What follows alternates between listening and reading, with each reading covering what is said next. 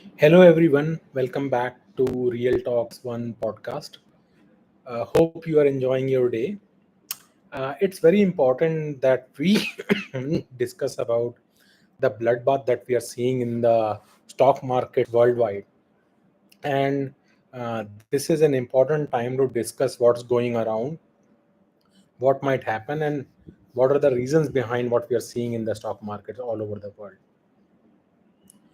If you see some of my podcast just 2 to 3 months back, when it was expected that Trump might win the elections, and he eventually did, I made couple of far-reaching uh, predictions. I mean, it's not prediction. That's just my logical understanding of how Trump behaved in the past term. I suggested things along the lines that uh, Trump will run a circus as he did last time. But even I did not imagine that the circus will basically be full blown out this time around. As you might have already seen, uh, throughout the last Friday and early this week, stocks across the world indexes tumbled significantly. So much such that all the magnificent seven stocks, which were the darlings of the Wall Street, dropped by several percentage points, including 5%, 7%, 10%, etc. This has even wiped out any gains that were made post the DeepSeek was launched earlier this year. So let this sink in. Not only did it impact the US stocks, but as a result, across the world, including India, Asia Pacific, Europe, everyone saw a tremendous spiraling effect impacting the entire world. Trump has been making several statements around tariffs. He has been waging open trade war against every country on earth, and certain countries are standing up to him, including China, who have put a reciprocal tariff of 34% on top of an existing tariff on US. And Trump is threatening that he will put another tariff on top of it. So it almost seems like this is a lose lose equation. The point is that today China is the world factory. No matter you like it or dislike it, all products, whether it is electronics or clothing, shoes, toys, like everything, whatever goes into your systems is being provided by China. So dislike them all you want, but you cannot ignore them, right? Even with COVID plus one strategy, lot of countries came up. They have set up their supply chains, etc. But nobody competes with China. China has recovered from the COVID dip. They are supplying all the things regularly, and here we are. Now, why Trump is doing this? One, he already announced this during his election that he'll put tariffs, and tariffs are good for the country, and it will be making America great again. But now his tune has changed. He's saying that please bear with some of the hiccups that will come your way. You should weather the pain that is coming in, and after some time this pain will go away and magically America will become great again. It's almost like how Modi used to give jumles 10 years back, when he used to say he will bring all the black money from Swiss banks and abroad, and each and every Indian would have at least 15 lakh rupees each in their pocket. We also know, you also know how that fared. Trump is doing exactly the same thing. He is giving some fake promises. He made another promise that in one day of his office, he'll stop the Ukraine and Russia war. You know what is going on. He tried to arm twist Zelensky. He tried to put pressure on Putin. Both of them did not listen to him, and they're fighting their war as it is. Did not have any impact of US basically. It's just that there was up and down for a couple of weeks, and then after that, nobody is even talking about it. because Trump has diverted attention to stock market bloodbath that is going on. At this point of time, there are massive protests across US in the Republican states as well as in the Democratic states. Everybody is annoyed with Trump. In fact, people who had voted for Trump are now crying right now that this is not what they expected from Trump. He has been big setback even for the Republican Party, but somehow everyone is cozying up to him. He has deep pockets. He has billionaire friends who have been pumping him, and there are a couple of rumors going on. And again, this is something. See, I am not part of the government. This is something that we are seeing that is happening in front of our eyes. There are two possibilities that come to my mind. First probability is Trump is completely a lunatic. He is much bigger lunatic than Biden. At least Biden, when he was there, did nothing, and he seemed to be now better president because he absolutely did nothing. But Trump coming in and doing many things which are all negative is much worse than a president who did nothing. If Trump would have also come and did nothing, then at least it would have not caused that much of a damage. At least he would have let the economy run its course. And USA was not in recession, even though people were claiming for the last 2 to 3 years it was in recession. But with the policies that Trump has brought in, it is making the recession even more closer. So USA avoided recession for the last 2.5, 3 years. I myself have spoken in my podcast, will this lead to recession? Will this lead to recession? But recession never occurred, even though layoffs were happening from the last 2.5, 3 years. But in 2025, Trump not only put a fuel on the layoffs. Earlier, it was only tech companies and corporate and private sector jobs. Trump added fuel on the fire in the government sector jobs as well, which were considered as safe bet. He's not only doing that, he's slashing all the welfare, he's slashing the Medicaid that was given to people, that is life saving for many people who don't earn that much in the US. He's basically cutting lot of facilities that were being given to people who pay all the Medicare taxes and things along those lines. The interesting part is even his friend, Mr. Musk, his stock has also completely plummeted. You can see Tesla is nosediving right now, as other companies, but Tesla has nosedived even before other companies started nosediving. So now he is also changing his tune. He's saying rather than putting tariff, we should have zero policy with Europe. We should not put any taxes but have zero basically tariffs on Europe. And that's the proposal even Europe's premier has made with Trump as well. We'll have to see what happens there. But truth be told, that's one thought process that this person has gone complete lunatic. He doesn't know what he's talking about, or he's dearly ill advised that he's doing these kind of risky bets in the overall market and causing so much harm, so much a shock therapy for the entire system, that it is not only creating turbulence in US, but the shock waves are across the world, and nobody is able to understand what the hell is going on. Now let's talk about the second narrative that is coming along. The second narrative is Trump is doing this on purpose. He had a plan and he's executing on that. And the plan is that he wants to wipe out the entire middle class and the lower classes who have any assets remaining, whether it is their housing or in the stock markets or others. And through the stock crash, he will wipe out all the assets that these people have. And basically, once the market goes down so deep in the red, that people lose all their assets, people lose all their money, then the rich guy pounces up and basically take the assets pennies on the dollar. That's the big scheme.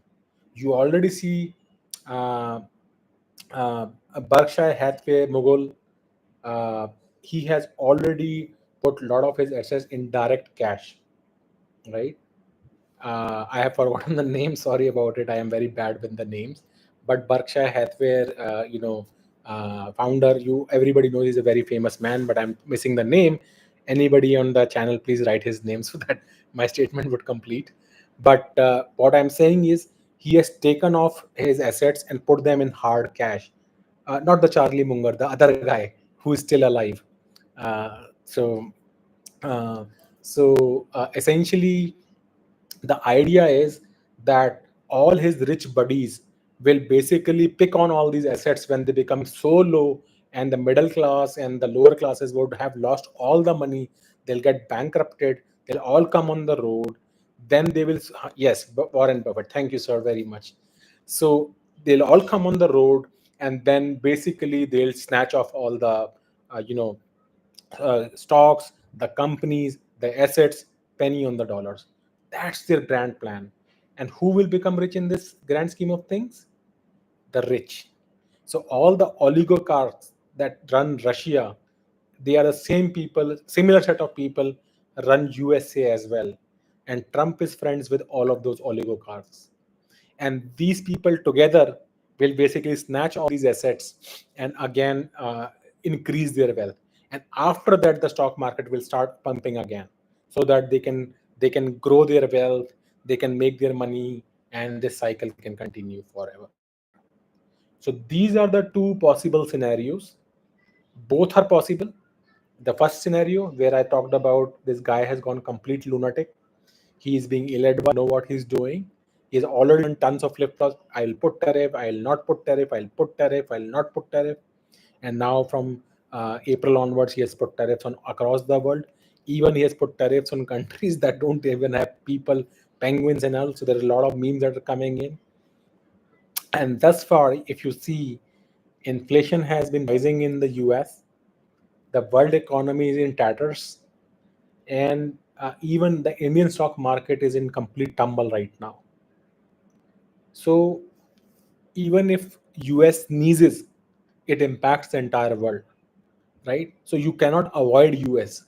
That's the problem, because the whole world is connected with the US, right? And they still are a reserved currency, no matter how much you can say that de-dollarization is happening, not happening, doesn't matter. If that were the case, the whole world shouldn't have been in such kind of a mess. That already signifies that US still runs the show, and any kind of weakness that happens in the US will be felt by the entire world, which is what is happening right now, right? Now if you see, there are a lot of debates coming around that maybe US wants to reduce its debt, that is why they are doing it. Think about it. US has been incurring a lot of debt. Even in 2009, when the great financial meltdown happened, US debt to GDP ratio was around 77%, which is considered as bad. Okay. Any stable economy, their debt to GDP ratio should be below 60%. That is considered as safe. If you go beyond 60%, it is considered as bad. Right now, in 2013, US already surpassed 100%. Currently, it is more than 130%. The US debt to GDP ratio is already bad. And every year they have a moratorium where they increase their debt ceiling. Otherwise, they'll go bankrupt. They keep basically increasing the range for it. Earlier, it was set as $30 trillion, then they set it at $32 trillion, then they made it at $35 trillion. They keep pushing the debt, like the limit at which they can keep borrowing, right?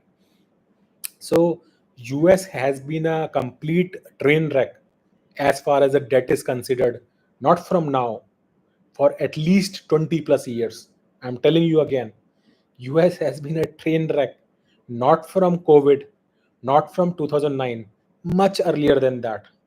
I would say post 2000s, US has been in a downward spiral of debt, and it has only been mushrooming and growing over the years. So think about it, right? Right now nobody knows what is going to happen, because there is so much volatility, so much chaos in the markets, that everyone is panicking. Some people said, okay, buy the dip, because that's the standard advice, that whenever the stocks fall, go and basically buy the dip, so that when they rise, you can basically sell them. Now the point is, you don't know, are you going to catch a falling knife? That is the problem. Because if you're catching a falling knife, it will cut through everything that tries to basically come in its way.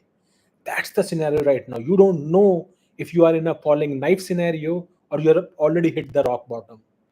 Some people are even making suggestions that right now stock markets can tumble further 50% down. It's still very up in the bubble territory.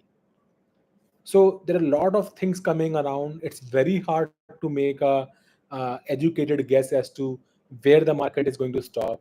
And before anything stabilizes, Trump opens his mouth, and again he utters some nonsense and garbage, and everything goes down to worse than what it was earlier. If you see, even in the past 2 to 3 months, multiple times markets went down, whether it was deep seek or when he put tariffs on Canada or in Mexico and other places, and again it used to come up. But again Trump from April started this kind of nonsense, and again they are down. So there is a quite possibility that he may actually go back on his word and again pull off the tariffs. But this person is very unpredictable, and he likes to play with the fire. So we don't know what his game plan is. All I can say is that hold your cash tight. If you have money, put them in fixed deposits or CDs. Now I'm even doubtful of US treasuries, because if government defaults, they can easily say we are not going to pay back treasuries, because US treasuries are backed by US government, and they already have very high debt. And if you see China has been selling US treasuries. Even Japan has been selling US treasuries.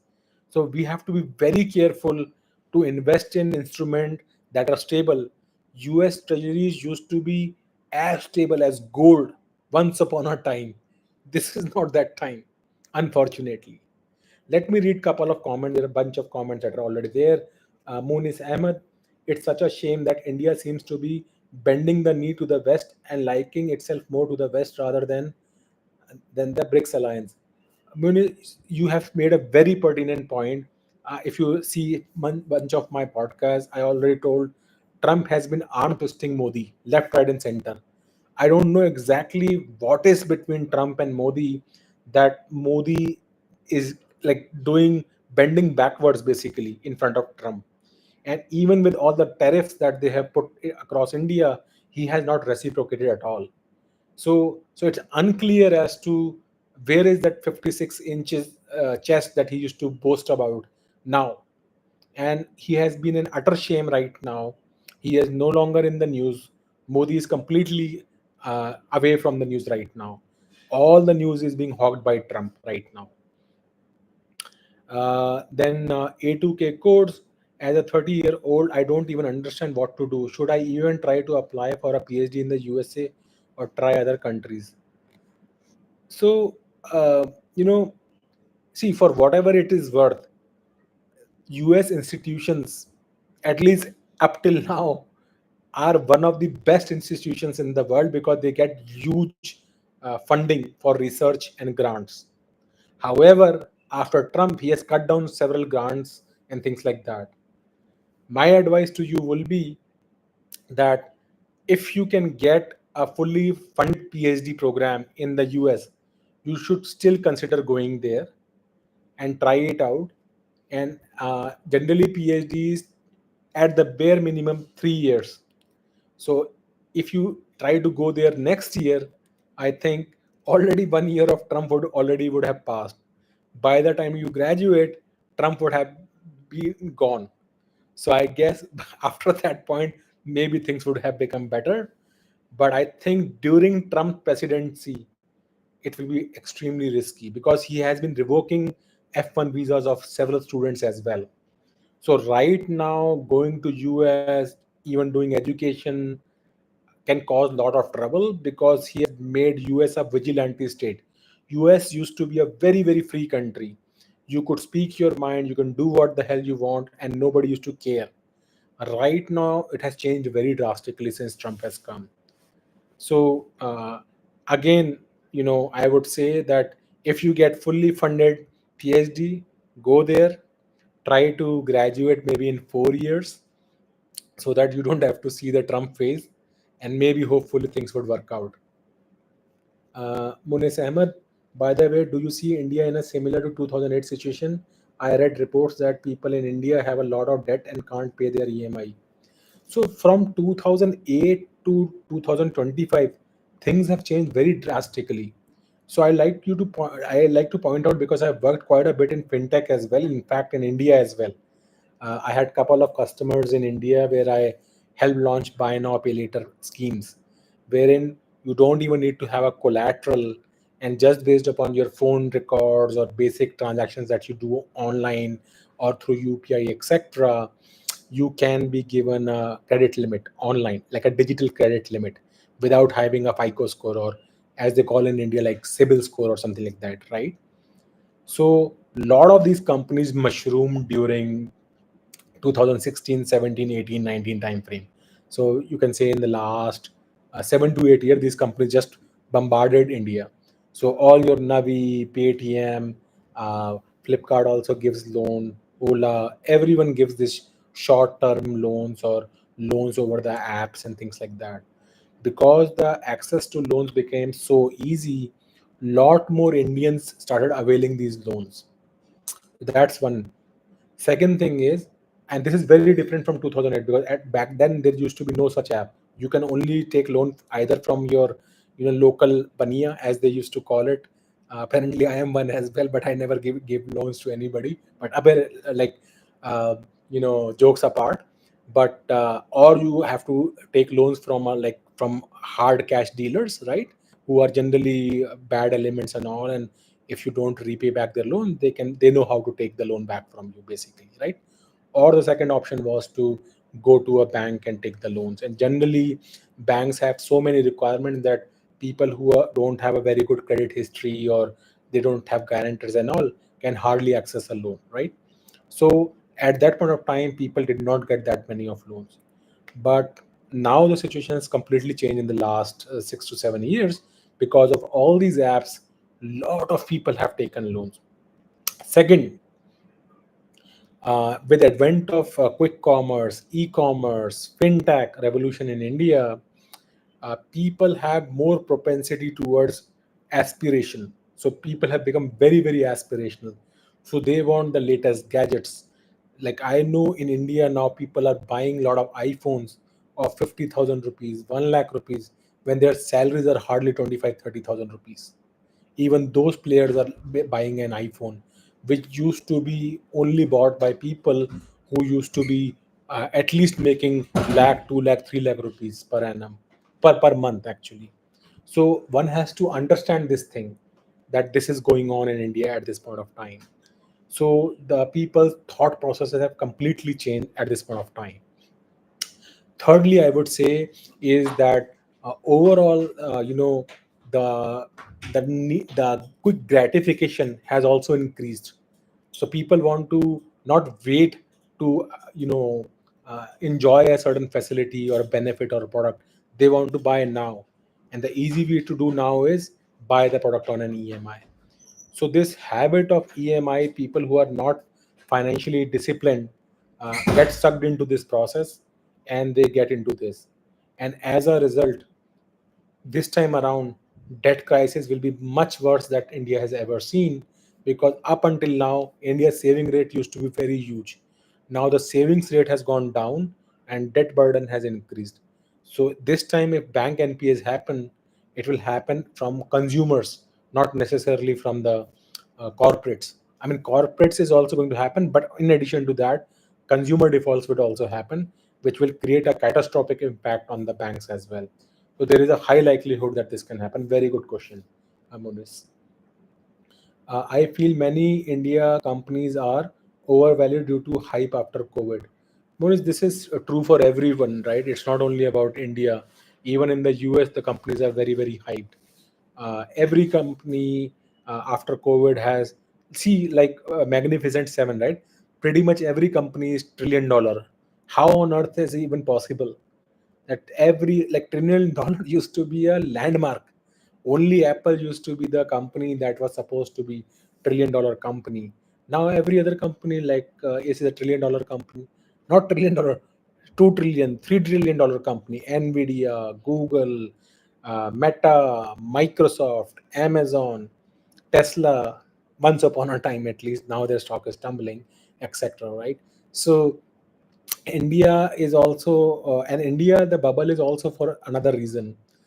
15 years back, when a lot of investment came into these startups, they were assuming the target addressable market in India is 1 billion people. But only now it is sinking in that market is not 1 billion people, it is hardly 10 to 15 crore people, because only the top 10% of Indians have any disposable income to actually buy any products. Everybody else is hand to mouth. So that is the story of India. 90% of the people are hand to mouth or make hardly 25, 30,000 rupees or below. So anybody in this age makes 25, 30,000 rupees or below is basically hand to mouth. And to buy anything, you at least have to earn around 1 lakh if you're living in a city. So the moment you put a 1 lakh limit, then not more than 10% of the Indian population is in that basically framework. So that is why initial investments and all attracted that thing. That is what fueled some of the frenzy of the stock market. But now this is sinking in that that's not the truth about India. Karan, I am an average SD. Should I quit the tech industry due to upcoming AI wave? One of the option is preparing for government job. Karan, what I learned is that you can still do another job with a government job. That's how I know a lot of government people work. So my advice to you is do moonlighting. Uh, Apply for government job while you are in your software role. If you crack the government job, then you can still parallelly do the government job also along with your SD job. But as you know, in government, that's how people work. But all jokes aside, I would say you should prepare right now, apply for government job. Uh, but even if you are an average SD, I would say you always have a chance of upskilling, right? Because you don't know, even government job may not remain actually. Government jobs are only there because of corruption. You don't need that many government jobs that government of India has. So it's going to be very tricky situation, because you see what has happened in the US. Doge is cutting government jobs in lakhs, like hundreds and thousands of government jobs, right? So you never know if that can also happen in India also. Doesn't seem likely, but you never know, because so many things have happened. So even this can happen. So I would just say, continue your software job, prepare for the government job. If possible, try to moonlight work in both the things. If not, then make a switch to the government job if you feel more secured there. But yeah, uh, you know, even if you're not a great software engineer, you can try product management, engineering management, more high level jobs which require more critical thinking abilities, management, speaking skills, etc. They are going to be much tougher for AI to mimic, but more structured, rudimentary, algorithmic based things are more easier for AI to mimic. So think take that into account when you think about your future career planning. Ankit Srivastava, what would be the impact on software product based companies that operate out of US and have offshore development centers like India? So I think one trend I'm seeing is that many of these companies are establishing global competency centers in India and hiring in India at this point of time. That's a trend I have been seeing from since last year onwards, and that trend seems to be continuing even at this point of time. However, if Trump puts tariff on the IT exports from India as well, then it would completely change the situation. It has not happened yet, but if he puts tariffs on IT exports from India, then it will be a big soup for the GCCs as well as the IT companies in India. So, I mean, it is wait and watch for now. It seems like that GCs are opening centers in India, they are hiring, but it will just take one policy for Trump stating that anybody who hires in US will be given, I don't know, like 4 years tax break or some government funding or some benefit, and anybody who puts a center outside US will be taxed 10% or 15%, something like that. He's crazy, he can do anything he wants. The moment they do that, the same GCCs either will shut down or will start slashing jobs and just let remain very critical jobs that can only be done through a outsourced center. So I would say it's a kind of a mixed bag. Trump is unpredictable, so we don't know in the long term how this is going to lay out. Munis Ahmed, 75 to 80 iPhone on EMI. Absolutely. Yash, you sure this is not de-dollarization? I mean, how this is de-dollarization? I mean, I'm a little bit hard. Like, if you can explain, I don't think it is, because if anything, it is Trump's way to kind of take all the, you know, assets for himself, for his cronies and his buddies. That's all what he's doing. All we know, yes, you are right. The India versus US dollar already had hit 88. Now it is back to 85. I don't think that has anything to do with de-dollarization, etc. So, so it will be very naive for us to say that. And think about it, India is not even a player in de-dollarization. China is. China itself is trying to create liquidity for its yuan, so that its yuan should not yuan should not increase in value, because then it cannot export if yuan rises in value actually against dollar. So if China itself doesn't want its yuan value to increase, and it wants its yuan to be lower as compared to dollar, there is no way de-dollarization is going to happen. Bhavesh Kumar, really government has a shortage of staff. Uh, Bhavesh Kumar, government has inefficiencies. It's not about staff. It's inefficiencies. In government, lot of places have inefficient people. As I was saying, half of the people don't even work in the government. They take holidays. You go to any government school, they don't teach. They don't not there. So people take undue advantage once they get a government job.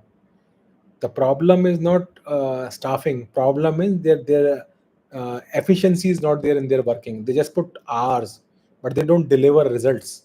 That is the problem. Like, if you think about Indian Railways, they employ more than 350,000 people in Indian Railways. Think about it. What the hell these guys do? 350,000 people. Still, we have so many accidents. Train do not run on time. All those things are happening in Indian Railways. Any sector you take in government of India, they will say there are so many vacancies of judges, this, that, and all. So many pending cases are there. We have so much digitalization. We have so much automation. This is the place to apply those, right? You have to upskill these government staff members so that they can be efficient and deliver results. But no, they keep working in their old fashion and old standards, and they keep doing the same things again and expect different results. How is it going to happen? So of course, every time there will be vacancies of government, every time they will say we need more MPs, more MLAs, more councillors. Why? You don't need that many number of people. In private sector, they do work with small number of people. Like, think about Amazon, think about Google, think about Meta. These are trillion-dollar companies. What is their strength of employee? Like, Google has hardly 100,000 people. It's more than $2 trillion company. Meta, it's not even 80,000 people. It's trillion-dollar company. How are they able to manage? Because they're efficient. They know how to get the work done. Similarly, if not exact to them, at least some efficiencies can be added to the government. And if you see, government is also cutting down on resources. They are also slashing jobs actually. Many departments, they are not hiring people. Once the people retire, they do not hire more people. Even in BSNL, they have laid off 30% staff. So think about it. So if government wants, they can also lay off so many people and still the work will happen as it used to happen. A2K codes, will unemployment increase in the USA, so the people on H1B will be affected the most? I feel for those who bought houses on an H1B. See, unemployment is growing in the US since 2.5 years. It's nothing new. and it is impacting H1B citizens, everyone. I mean, nobody distinguish between whether you are H1B or, at least that's not what I have seen in the US. People are very fair in that sense, but everybody is bearing the brunt. But it is much more difficult for people on the visa because they have to basically pack their bags and move out. Bhavesh Kumar, true, but I have government friends. They say they are understaffed. Yeah, you will have friends that they say understaffed. Even banks will say they are understaffed. So I'm not denying that they are understaffed, but then they have to improve efficiencies, right?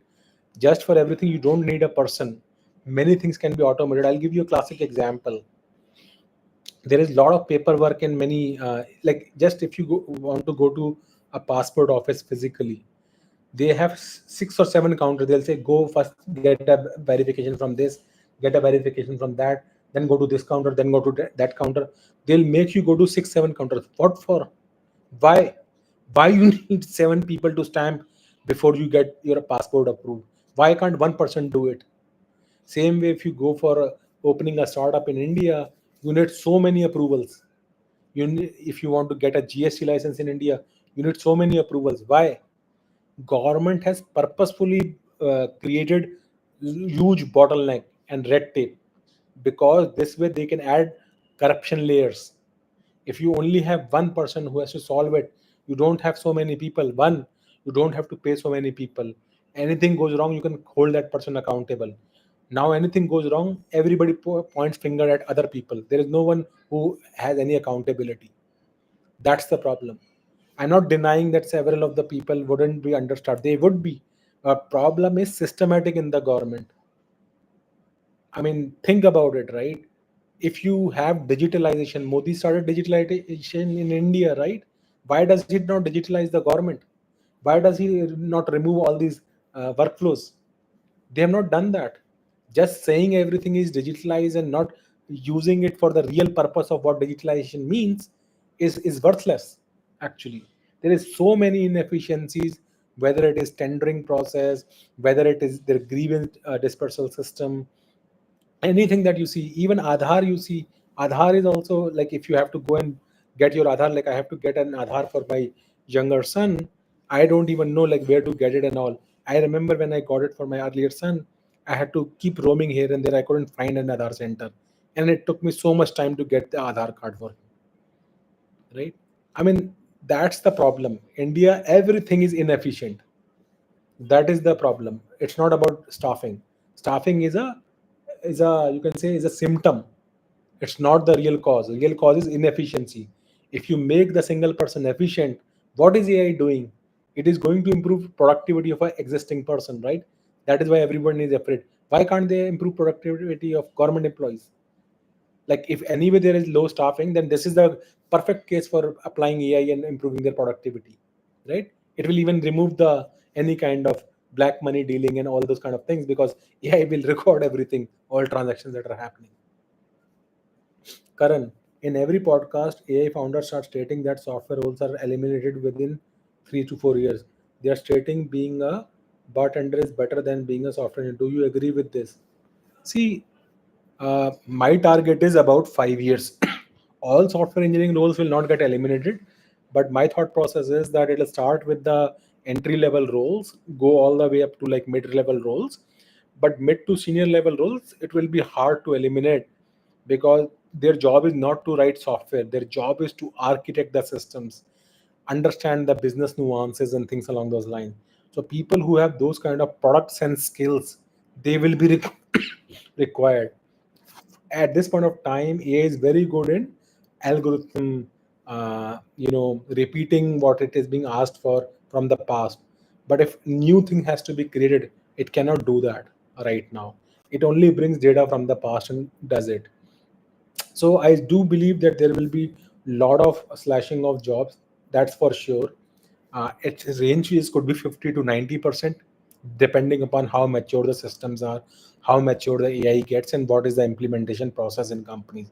So there is no doubt that at least 50% and all the way to 90% job losses can be seen in the next 5 years in software engineering and other fields, including legal, medicine, accounting, all these fields, all fields that are data related will have this impact. But even your physical jobs, like you should check out my podcast around AI will eat your lunch and robotics will eat your dinner. In that podcast, I have categorically mentioned that even the physical roles are not going to be saved. So it's not that if you take a bartender role, it will kind of remain, because many restaurants in Japan and other places have started making robot as the bartenders, or robots as the servers, and even nurses, robot nurses and all. So as the AI advances and robotics advances, you will start having, because a lot of countries are aging population, so they need people. So if they don't have people, they have to rely on robotics. So as robotics and AI improves, even your physical role, so a lot of operations, remote operations now happen through a robotic arm. So doctor don't even actually operate, they are only there to monitor it if anything goes wrong or anything like that. But robot is the one that is doing the actual operation. So even now they use that. It's only matter of time and it will be fully automated. So that's the thought process. Bhavesh Kumar, I have already created an app, but it requires integration with WhatsApp. But Cloud API requires GST. But my revenue is below 20 lakhs. But no response from Meta team. Everything is very slow here. Exactly, Bhavesh. That's what I was trying to tell you. Uh, Now I think even 20 lakh is not the limit for GST. It is 50 lakh. 20 lakh was previous limit, I think, couple of years back. Now that limit is 50 lakh, I think. But that is the problem. Even if you apply for GST, you'll not get it, and everything will be slow. So it's very hard to do a business, because in India, India is one of the worst places to do any kind of business. Uh, Ease of doing business, India is very lowly ranked actually. That is the truth. And the other day I made a podcast around Piyush Goyal, right? They're blaming like startups that you're not innovating. Is government innovating in India? Like, everybody will laugh if they think that Indian government is innovative, right? It's the most bureaucratic, most corrupt set of people who are only making lives of the people like us miserable. I was just reading one of the news. They are stating that the next 3 months, India will experience the severe most heat wave. In fact, Delhi will have its severe most heat wave in the next 4 months. Now, can you believe this? Even last year, Delhi had temperatures surpassing 50 degrees. Already, like, I'm sending my son to the school, which is right next to my house, not even that far away. I completely boil down. Just my AC also doesn't work in the car. It's so hot. I pray to God my son would remain all right. At least his school has air conditioning and all. But just going from home to the school in the morning, it's fine because he goes at 7:30. But when I am going in the afternoon at 2 p.m., it's super hot. Whole car is hot. AC doesn't work.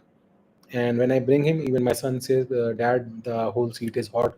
AC is blowing hot air. What's going on?" So we are in a very troublesome time. I mean, before AI will take our job, I'm not even sure the environment will let us live or not. That's the situation in India. AI will come later on. The environmental destruction that can happen in India is unfounded.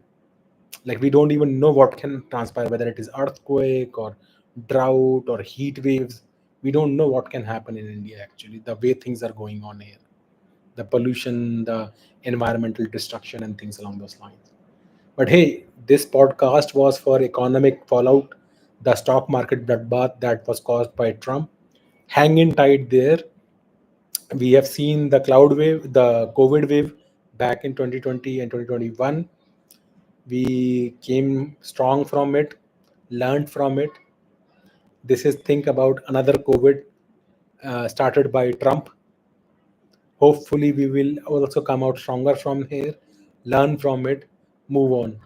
Remember one thing: your health, mental peace, your family is forever. Money will come and go, Job will come and go. But if you have your family, your health, everything will work out. That's that note I leave you all on. And we'll meet meet in next podcast. Please like, share, and subscribe this podcast. And do write and let me know if there are other topics you would like me to cover. It was a very enjoyable session. Very happy to answer your questions. And we'll meet soon. Take care and have a great day.